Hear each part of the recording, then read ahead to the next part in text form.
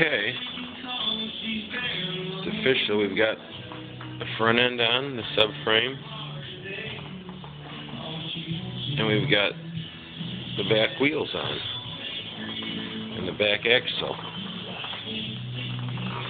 So, we're waiting for Mr. Kinsman now to show up Monday to cut these red quarter panels off and put the new ones on. We got everything else all ready for him.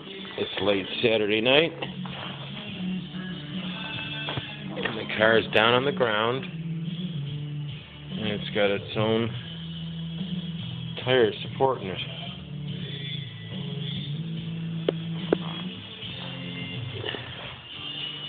So we're basically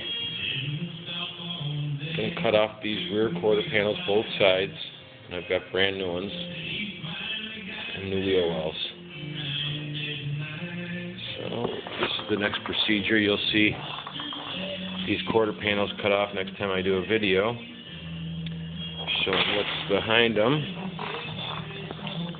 and then I'll be showing you the new ones on.